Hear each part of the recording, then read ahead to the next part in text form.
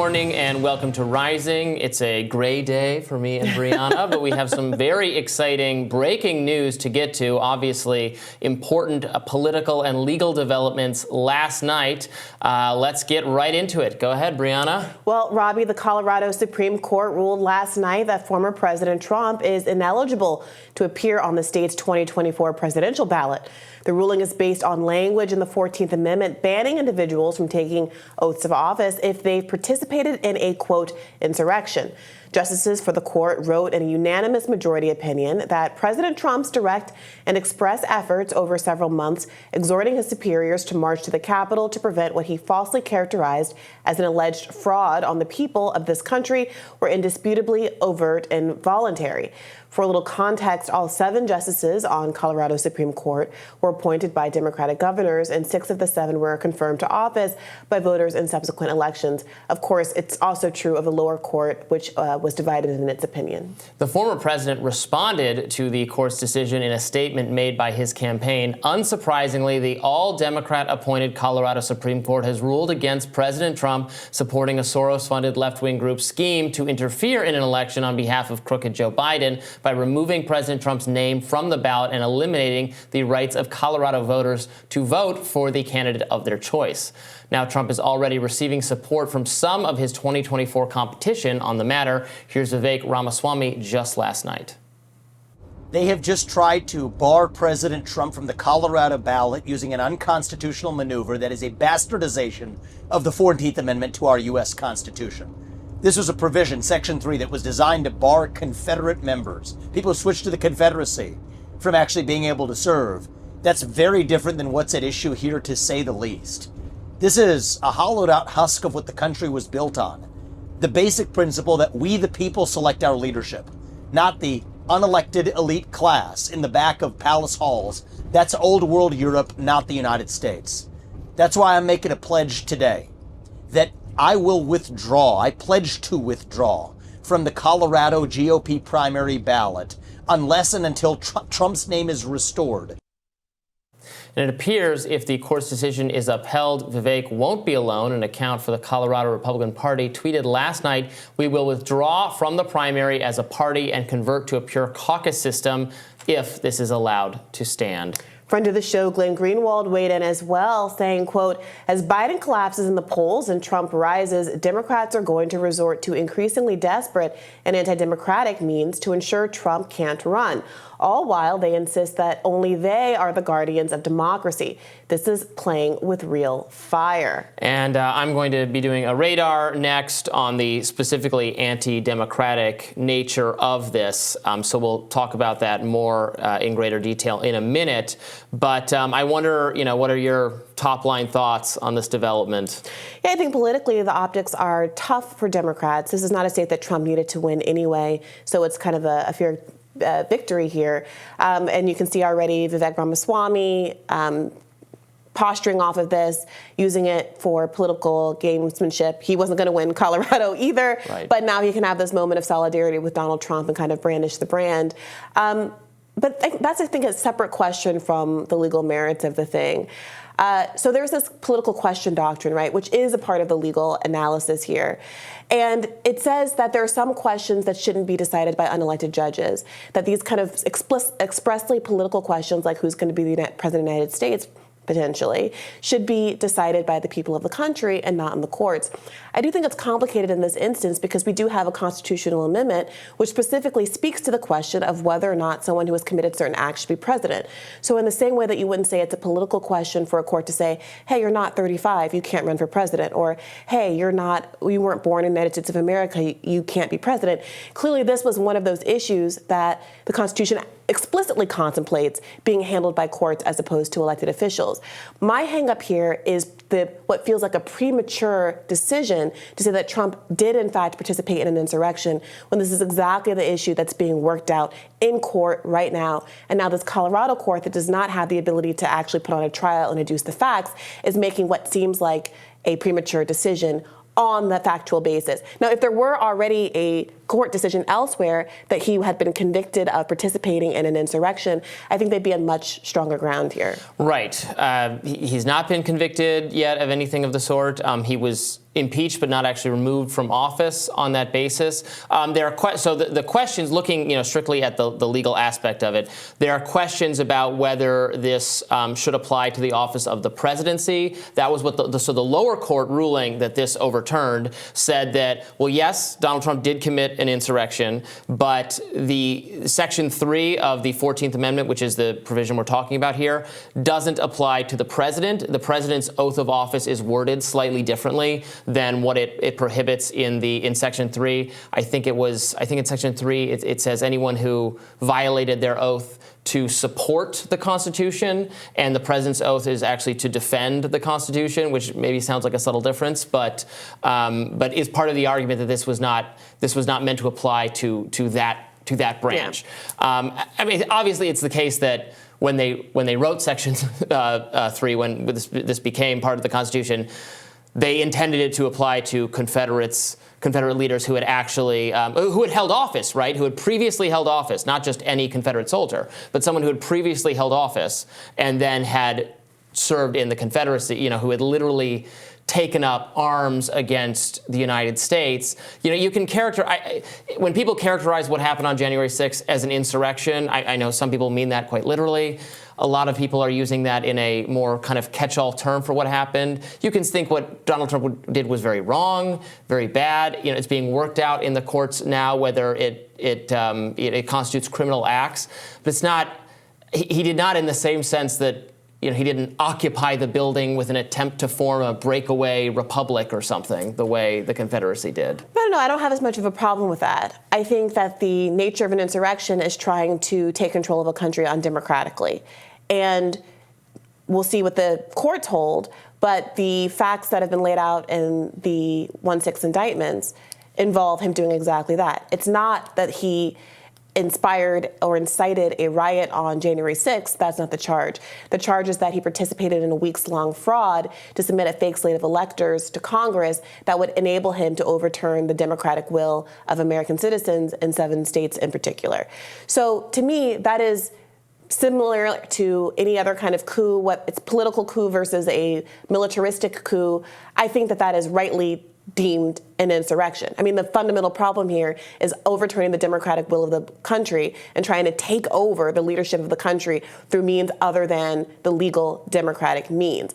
I find myself in a curious position because I disagree with the outcome, but also disagree with the rationale that the court has chosen at every juncture. So the lower court, I don't understand why they would choose to make it an issue of whether or not the president the president is contemplated by this. It seems quite obvious to me that if you wanted to have a law that prevented Confederate soldiers from attaining high office when they obviously have shown disloyalty to the country, you would want that to be true of the highest office in the land, just as you would every other inferior office in the land.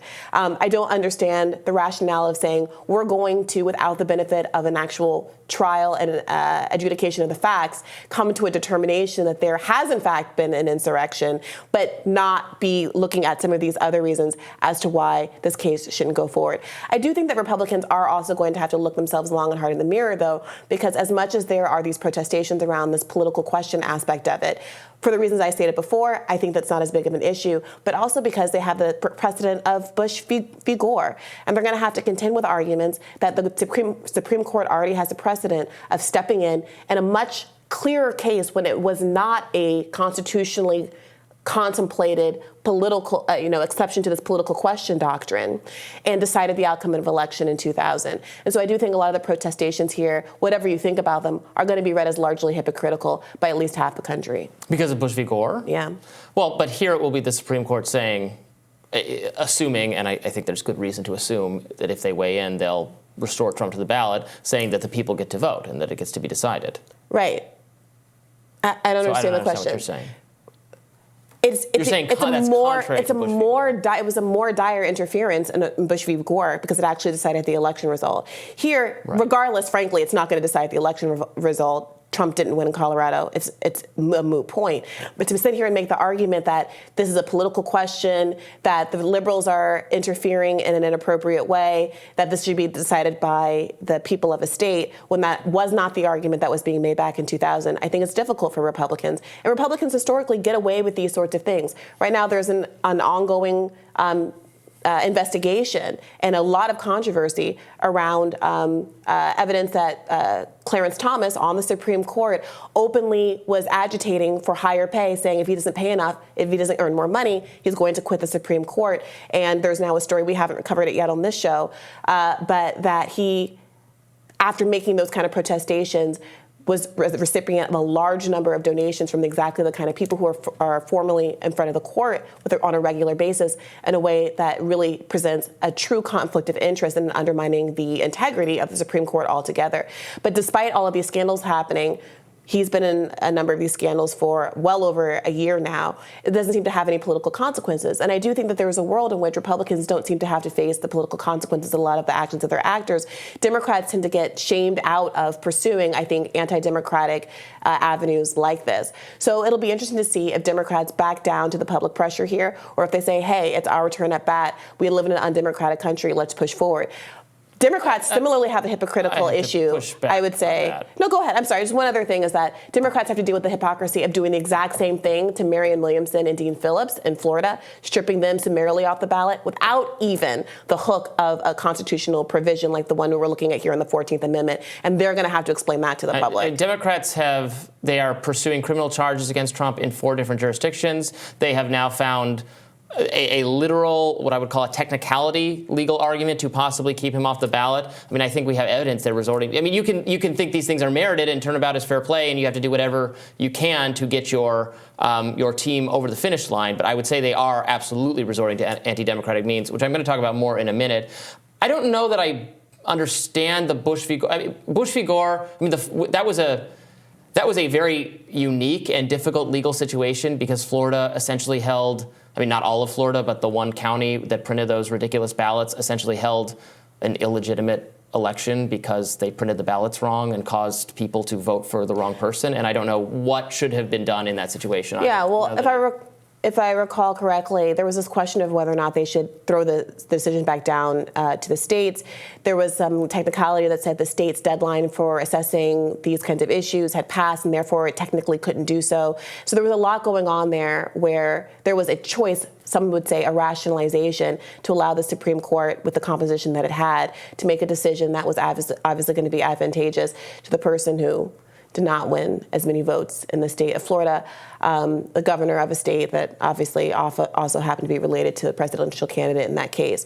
So I think that there's direct parallels, and you're going to see a lot of people making these parallels throughout. The question is whether or not those are convincing to the Democratic electorate, who I think really feels justified and turnabout as fair play, or to really the independents that you're going to need to feel comfortable with the Democratic Party's this is the perception that this is the Democratic Party's choices here in at least relishing this, even if they're not the ones directly behind this lawsuit. One other thing I want to comment on very quickly before we go, Vivek's decision, obviously, to take his name off the ballot is this kind of solidarity, which I understand, but it reminds me of like Ann Coulter's joke about how she was commenting on Charlie Kirk saying after they did the Mar-a-Lago raid, Charlie Kirk said, well, all Republicans should drop out in solidarity with Donald Trump. And she said, that's not enough. I'm calling on them all to commit suicide in solidarity with Donald Trump. The point being, like, how does this stop the Democrats or stop Joe Biden to have everyone, like, decide not to, like, that's not punishing the right people. It makes very little sense. I mean, this